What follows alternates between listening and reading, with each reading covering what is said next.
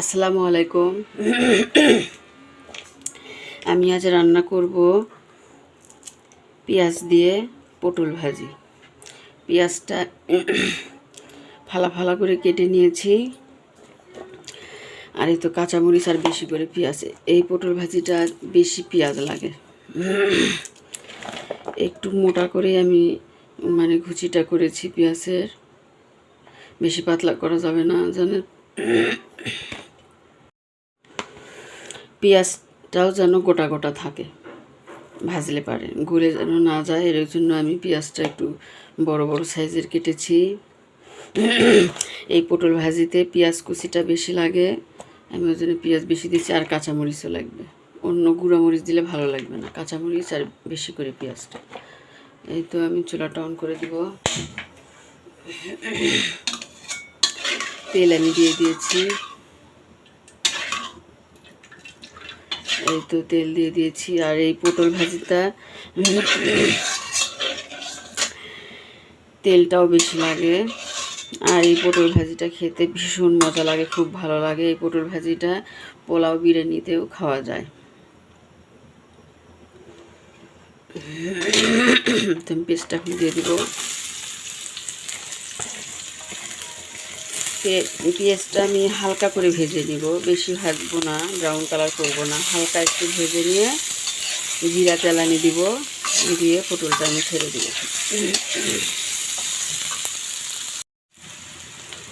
এই তো আমার পেঁয়াজ ভাজিটা হয়ে গিয়েছে, আমি এখন জিরা তেলানি দিব। এই তো আস্ত জিরা আমি তেলানি দিয়ে দিলাম।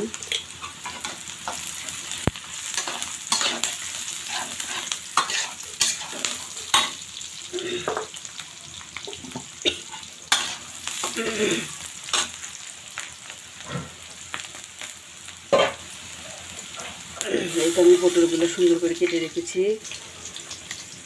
এই তো চিকন চিকন করে পটলগুলো এখন দিয়ে দেবো।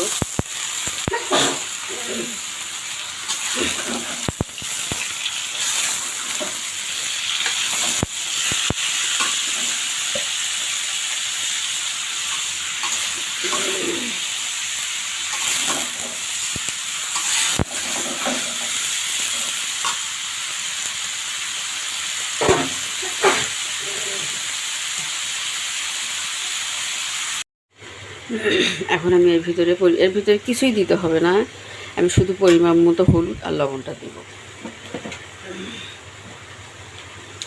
এতে এই পটল ভাজিটা ভীষণ মজা লাগে। আজকে আমি ডাল রান্না করেছি, ডালের সঙ্গে ঢ্যাঁড়স ভাজি, করলা ভাজি আর এই পটল ভাজিটা ভীষণই ভালো লাগে, খুব মজা লাগে। আপনার যারা যারা খাননি অবশ্যই একবার খাবেন। এই তো পরিমাণ মতো লবণ,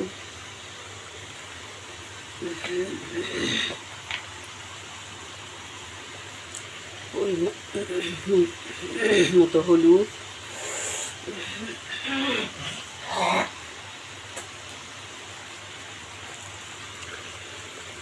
পরিমাণ মতো আর একটু হলুদ দিব।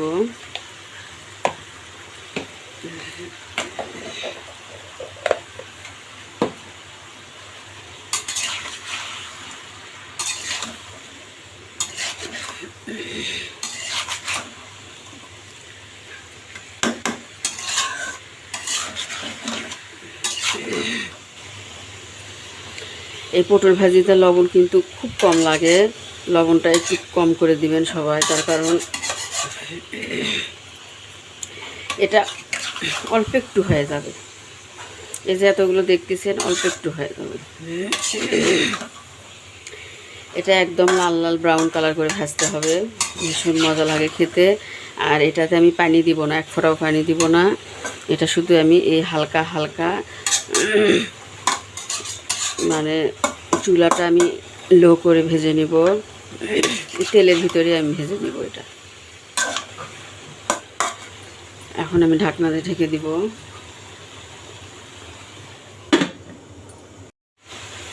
মাঝে মাঝে আমি এরকম করে ঢাকনা খুলে একটু নেড়ে দিব।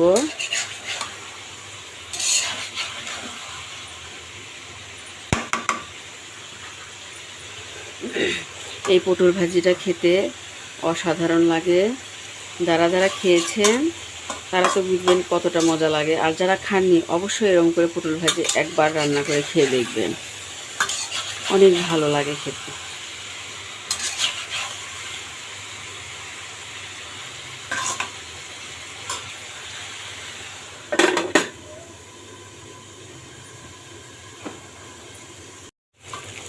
এই তো আমার পটল ভাজি হয়ে গিয়েছে, দেখুন কত সুন্দর হয়েছে।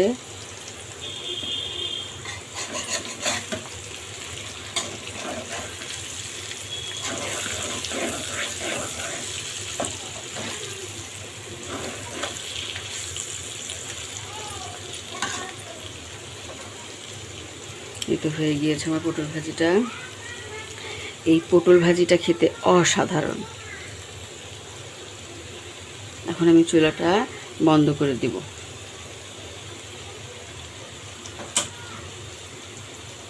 বন্ধ করে দিলাম। এই তো আমার পটল ভাজিটা হয়ে গিয়েছে, দেখুন দেখুন আমি লাল লাল করে ব্রাউন কালার করে কত সুন্দর করে ভেজে নিয়েছি।